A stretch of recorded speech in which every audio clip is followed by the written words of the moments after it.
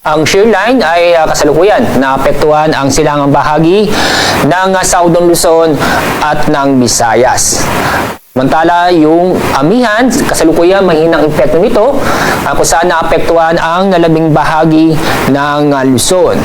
At yung easterlies, ito yung mainit na hangin na kung saan nagdadala ito ng malinsangan na panahon.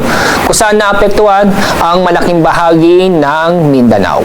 Sa mga oras ito, wala po tayo na monitor o binabantayang bagyo o low pressure area sa loob at sa labas ng ating Philippine Area of Responsibility.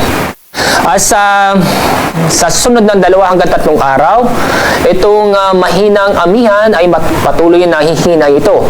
Kaya bukas, inaasahan po nating walang amihan na makakapekto sa ating bansa. Samantala, yung easterlies ay inaasahan po natin na magpapatuloy ng mga kapekto sa ating bansa.